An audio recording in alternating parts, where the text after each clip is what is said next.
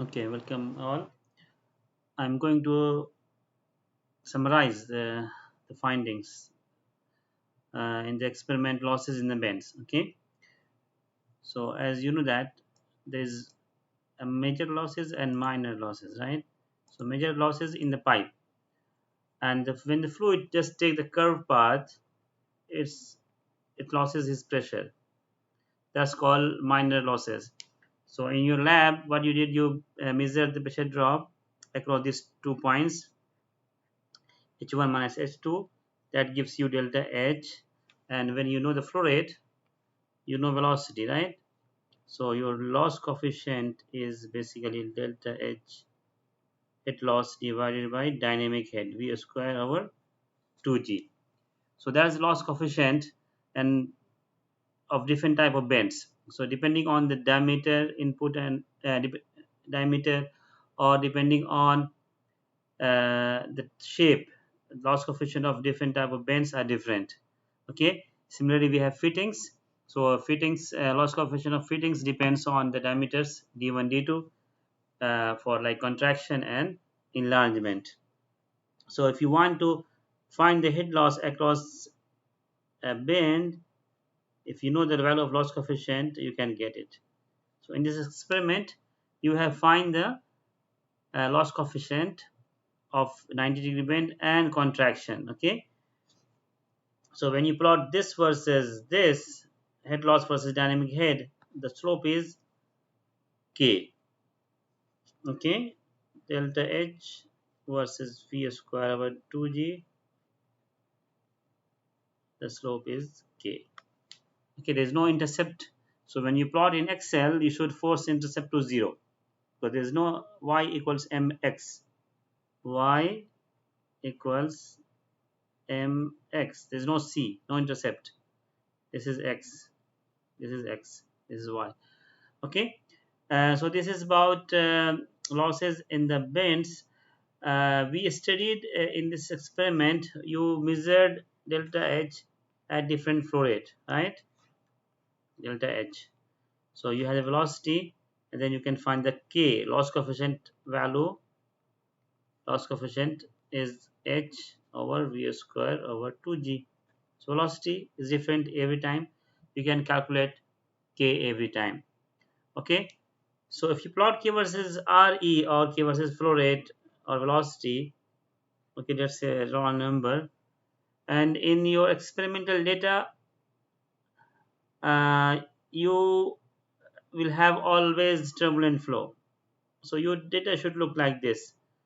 So it is, suppose is 1 or 1.1 or 0.9, whatever, 1.2 suppose. So when you connect it, don't connect like this. Okay, look at these values. Most likely your values are close, and then look for the dependence of loss coefficient with Rayleigh number in book or in literature.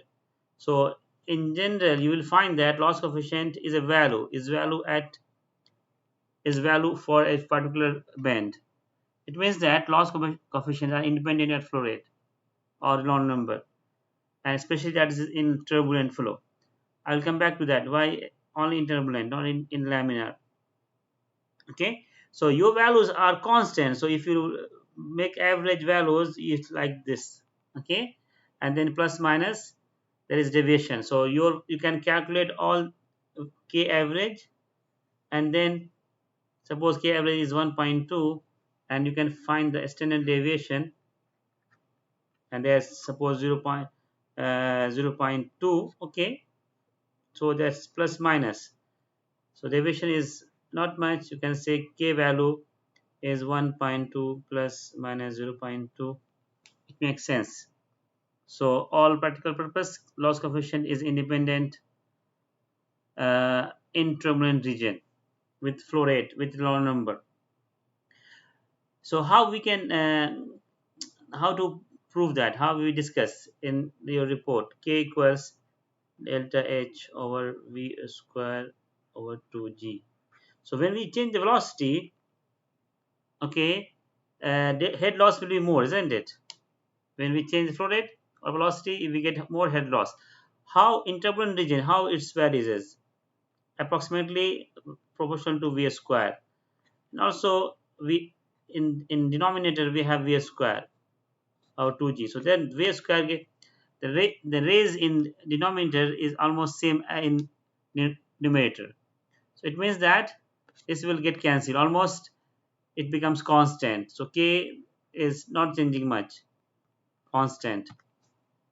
Okay. So this is the trend in laminar flow. Sorry, in turbulent flow. Turbulent. Okay. In laminar flow, the head loss is proportional to velocity, not v square. Laminar flow, the speed of flow is slow, so the you increase the flow rate, the head loss will be linear, which value is proportional to velocity. So if you double the velocity, head loss becomes double.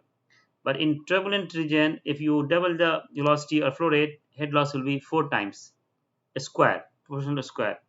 Okay. So now if you again analyze this thing, delta h is proportional to velocity, and you have velocity square down.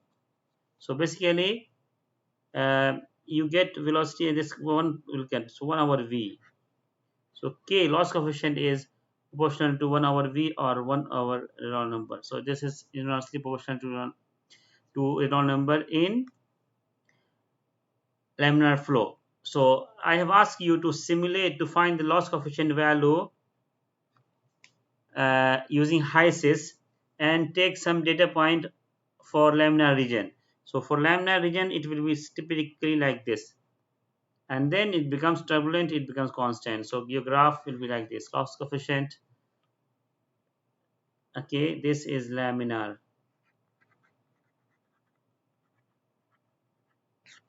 Okay, so this is the dependence of loss coefficient with raw number in full range from laminar to turbulent. Okay, now you did the calculation for sudden contraction, right?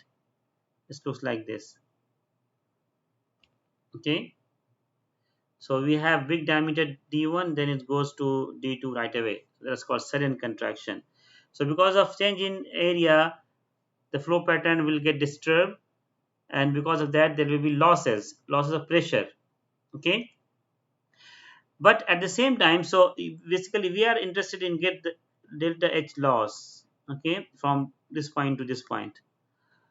But there is a change in area, and then what will happen, the one form of energy will be transferred to another form. So here what in d2 is small, so velocity will be more. Okay, so kinetic energy is will be converted to from Bernoulli, sorry, pressure will be converted to kinetic energy. So velocity is high, so p2 will be less. Okay, that p2 less because of the change in area or change in velocity or change in kinetic energy. That is not loss, that is basically transform one form to another form. So when we measure the head drop, pressure drop across this point and this point, it will measure the pressure loss because of friction or because of the eddies or whatever, the loss for either, and also loss because of change in velocity. So we need to find or subtract that term. So how to find that term? We will apply the Bernoulli.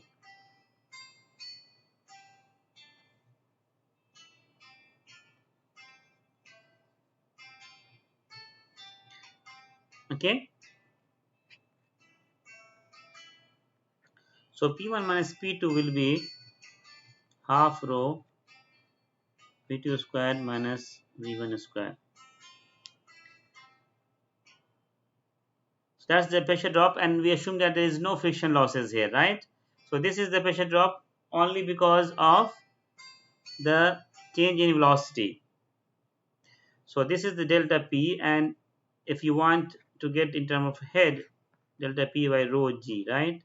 So that's become V2 squared minus V1 squared divided by 2G. So that's the delta H you need to subtract. This is because of change in kinetic energy. Head drop, it has is not loss. So in that case, delta H loss is basically delta H measured minus the drop in head or pressure, which is which has happened because of change in velocity. Okay, so hope you understand this one, and that's it. This is for contraction. Okay,